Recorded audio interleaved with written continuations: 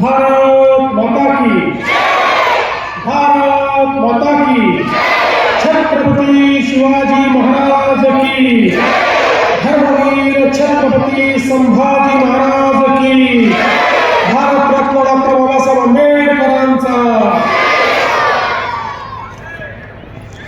हिंदवी स्वराज्याचे संस्थापक छत्रपती शिवरायांच्या चरणी मानाचा मुजरा करतो. भारतीय राज्यघटनेचे शिल्पकार भारतरत्न डॉक्टर बाबासाहेब आंबेडकर यांना मानवंदना अर्पित करतो. आणि ज्यांच्या भूमीवर आपण सगळे आलो आहोत ते स्वामी समर्थ, जे नेहमी आपल्या पाठीशी उभे असतात, त्यांनाही नमन करतो, त्यांचा आशीर्वाद घेतो. आणि आजच्या या अतिशय भव्य अशा सभेमध्ये मंचावर उपस्थित आपल्या जिल्ह्याचे पालकमंत्री आणि राज्याचे ग्रामविकास मंत्री जयकुमार भाऊ गोरेजी, आपले लोकप्रिय आणि ज्यांचा उल्लेख कार्यसम्राट आमदार म्हणून करता येईल असे सचिन करण्यासाठी सन्माननीय राजन पाटीलजी, शशिकांत चौहान, माजी खासदार जय सिद्धेश्वर महास्वामीजी, शहाजी पवार, अक्कलकोट नगराध्यक्ष पदाचे आपले उमेदवार मिलन कल्याण शेट्टी, मेंढरगीच्या श्रीमती अंजली बाजारमठ आणि दुधनीचे श्री अतुल मेळकुंडे, या ठिकाणी उपस्थित निलकंठ शिवाचार्य महाराज, अमोलराजे भोसले, श्री दिलीप सिद्धे, महेश बिराजदार, नंदुमणी गुरु, प्रदीप पाटील, यशवंत डोंगरे, अविनाश मडीखांबे, महेश इंगळे, सुशांत जोजन, मोतीराम राठोड, उत्तम गायकवाड, मंचावरील सर्व मान्यवर आणि या ठिकाणी मोठ्या संख्येने उपस्थित असलेल्या माझ्या लाडक्या बहिणींनो आणि तितक्याच लाडक्या भावांनो, आज मला अतिशय आनंद आहे की श्री स्वामी समर्थांच्या नगरीमध्ये आपल्या सर्वांमध्ये मी उपस्थित आहे. खरं म्हणजे निवडणुका हा लोकशाहीचा उत्सव आहे. लोकशाहीमध्ये निवडणुकांचं एक अनन्यसाधारण महत्व आहे. आपल्या संविधानाने ज्यावेळी आपल्याला लोकशाही दिली त्यावेळी भारतरत्न डॉक्टर बाबासाहेब आंबेडकरांनी या लोकशाहीच्या माध्यमातून प्रत्येक व्यक्तीला एका मताचा अधिकार दिला. टाटा, बिर्ला, अडाणी, अंबानी यांनाही एकच मत देता येतं आणि तुम्हाला आणि मलाही एकच मत देता येतं. अशा प्रकारची व्यवस्था आपल्या संविधानात केली आणि व्यवस्था करून आपल्यावर एक जबाबदारी देखील या संविधानाने टाकली. आणि ती जबाबदारी काय आहे तर देशाच्या लोकसभेकरता आपण मतदान करतो आणि देशाचा प्रधानमंत्री निवडतो. महाराष्ट्राच्या विधानसभेकरता आपण मतदान करतो आणि महाराष्ट्राचा मुख्यमंत्री कोण होईल हे ठरवतो. आणि आपल्या शहराच्या निवडणुकीतही नगरपालिकेकरता आपण त्या ठिकाणी मतदान करतो आणि आपल्या शहराचा अध्यक्ष कोण होईल हे ठरवतो. त्यामुळे आपल्या शहराचं भाग्य पुढचे 5 वर्ष कोणाच्या हाती द्यायचं याचा फैसला हा संविधानाने आपल्यावर सोडलेला आहे. आपण ज्यांना निवडून देतो तेच आपल्या शहराचं काम पाहतात. आपण बघा या संविधानाने काय केलं. एक काळ होता आपल्याकडे राजेशाही होती. राणीच्या पोटातून जो पैदा व्हायचा तो राजा व्हायचा. पण संविधानाने सांगितलं राणीच्या पोटातून पैदा होणारा राजा होणार नाही, मताच्या पेटीतून पैदा होणारा हा त्या ठिकाणी राज्यकारभार चालवेल आणि तो सेवा म्हणून काम करेल. आणि म्हणूनच आज या निवडणुकांमध्ये आपण सामोरं जाताना अतिशय चांगल्या पद्धतीनं हे मतदान या ठिकाणी करायचं. आपला भारत स्वतंत्र झाल्यानंतर जवळपास 60-65 वर्ष आपले राज्य म्हणायचे, भारत हा छोट्या छोट्या गावांमध्ये राहतो. गावांचा विकास म्हणजे राज्याचा आणि देशाचा विकास, ते खरे होते. पण त्याच वेळी या 60-65 वर्षामध्ये राज्यकर्त्यांना या गोष्टीचा विसर पडला की भारताच्या शहरांमध्ये लोक राहतात आणि 60-65 वर्षामध्ये ही शहरं वाढत गेली. अन्न, वस्त्र, निवारा, शिक्षण, आरोग्य, रोजगार याच्या संधी करता गावात लोक शहराकडे येऊ लागले.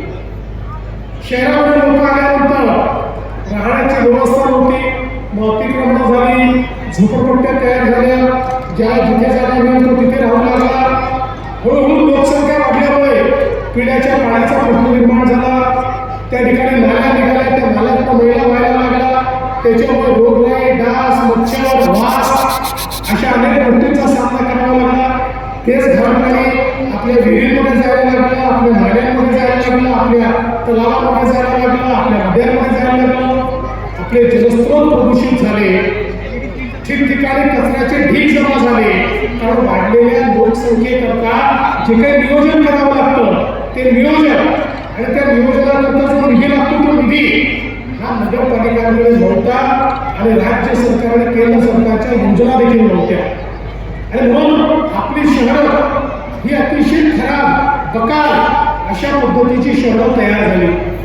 पण देशामध्ये 2014 साली माननीय मोदीजींचं सरकार आल्यानंतर मोदीजींनी पहिल्यांदा हे सांगितलं की भारत जसा गावात राहतो तसा तो शहरातही राहतो.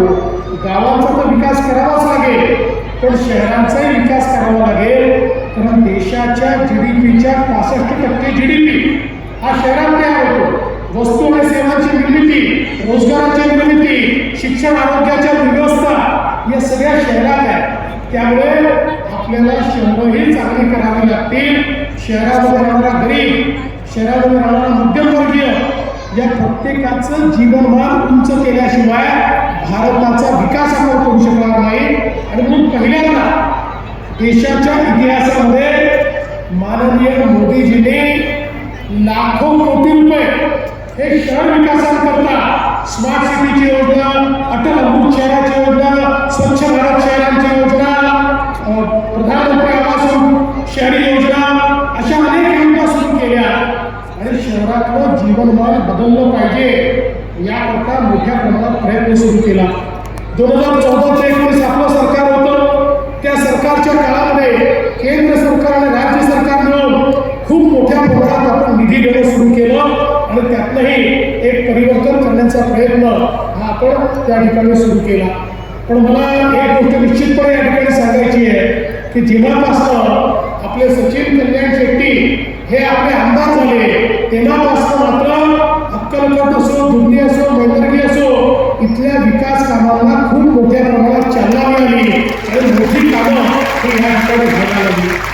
आज आपण बघा, महाराष्ट्राचा विचार केला, महाराष्ट्राची अर्धी जनता 6.5 कोटी लोक 40,000 गावांमध्ये राहतात आणि तेवढेच 6.5 कोटी लोक अक्कलकोट सारख्या 400 शहरांमध्ये राहतात.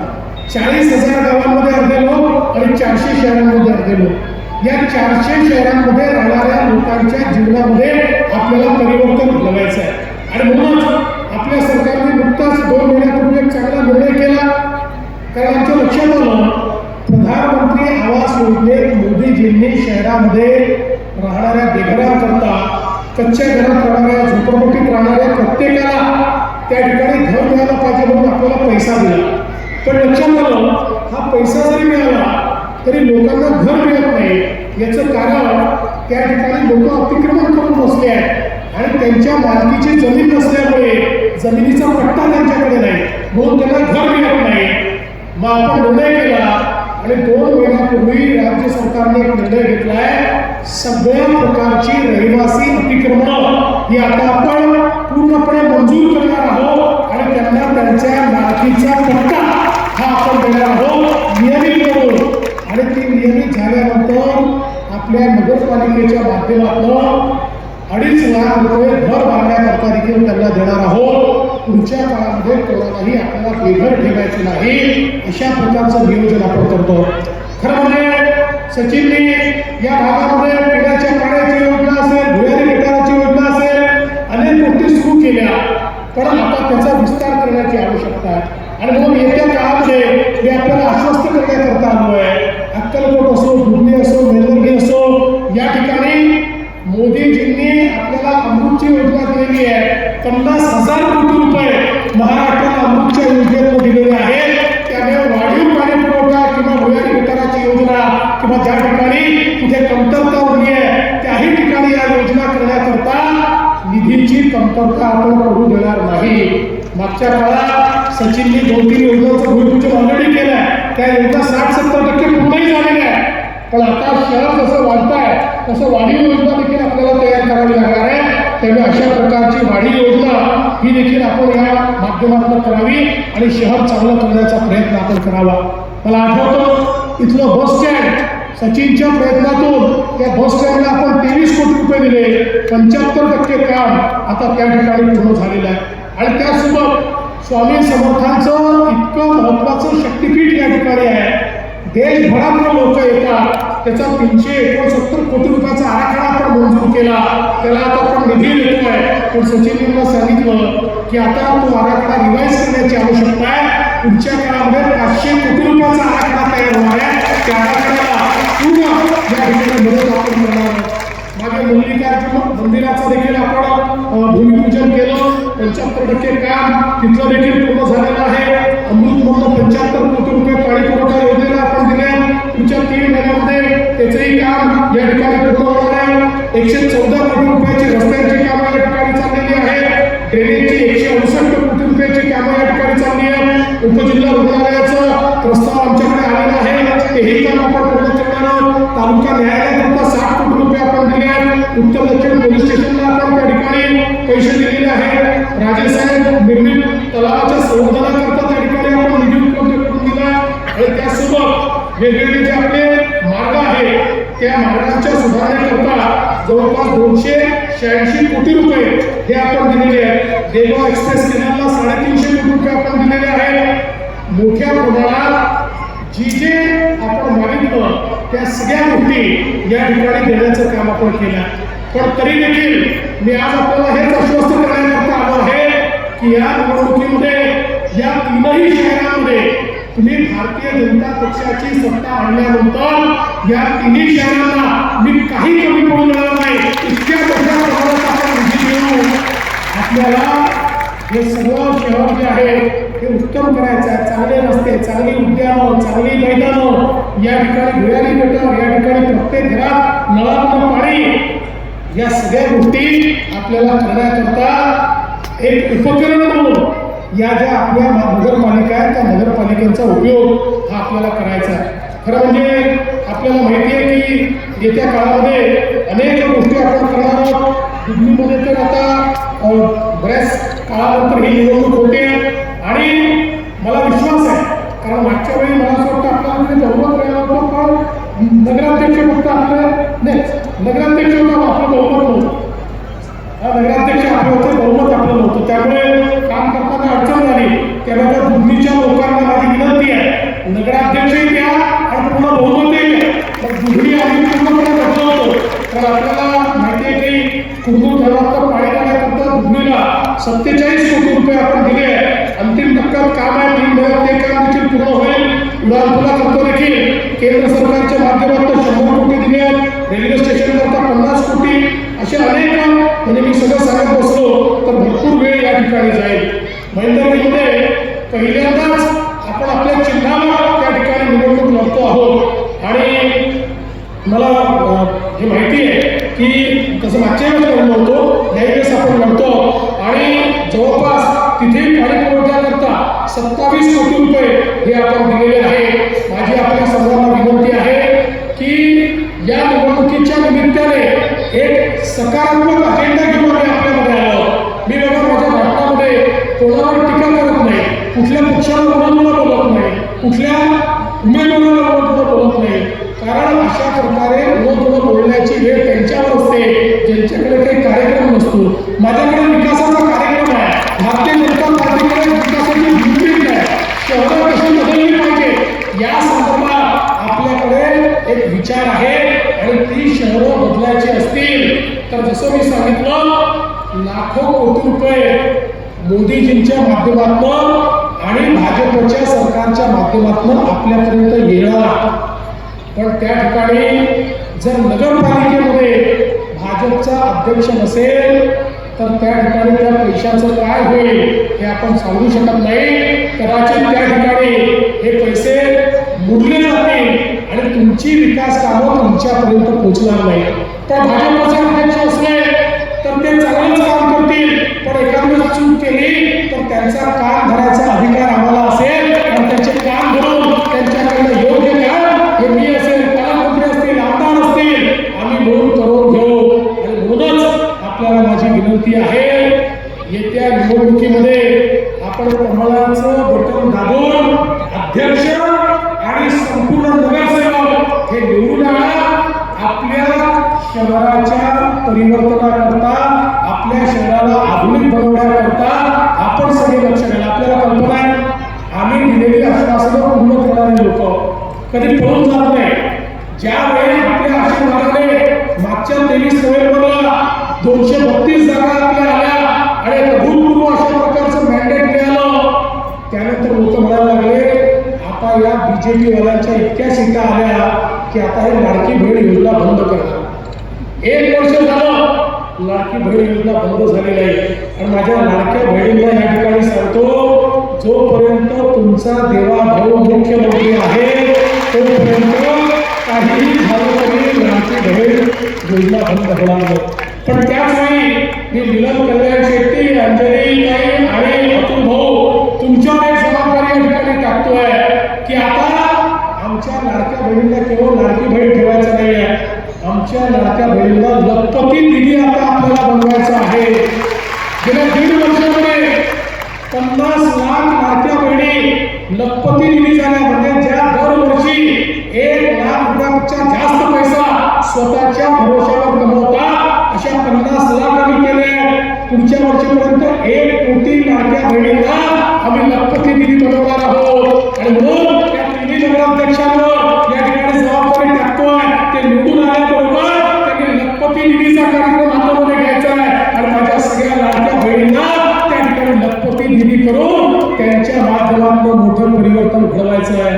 बंधू भगिनींनो, या सोलापूर जिल्ह्यामध्ये शेतकऱ्यांवर मोठं संकट आलं, आम्ही मागे राहिलो नाही. आमच्या पालकमंत्र्यांच्या नेतृत्वात मोठं काम त्या ठिकाणी केलं, शेतकऱ्यांना अभूतपूर्व अशा प्रकारची मदत केली. ज्या ज्या ठिकाणी आवश्यकता आहे त्या त्या ठिकाणी तुमच्या पाठीशी उभं राहणारे आम्ही लोक आहोत. आणि म्हणूनच तुमचा आशीर्वाद हा सातत्याने आमच्या पाठीशी असला पाहिजे. मी शेवटी जाता जाता तुम्हाला एवढीच विनंती करतो, 2 तारखेला कमळाची चिंता तुम्ही करा, त्यानंतर 5 वर्ष तुमची चिंता आम्ही करू, हा विश्वास तुम्हाला देतो आणि माझं बोलणं संपवतो. धन्यवाद. जय हिंद, जय महाराष्ट्र. खूप खूप मनापासून धन्यवाद सर. अक्कलकोटच्या या कामनगरीमध्ये जिथं श्री स्वामी समर्थांनी भिऊ नकोस मी तुझ्या पाठीशी आहे हा अभिमंत्र दिला, त्याच अक्कलकोट नगरीमध्ये आज मुख्यमंत्र्यांनी आपल्याला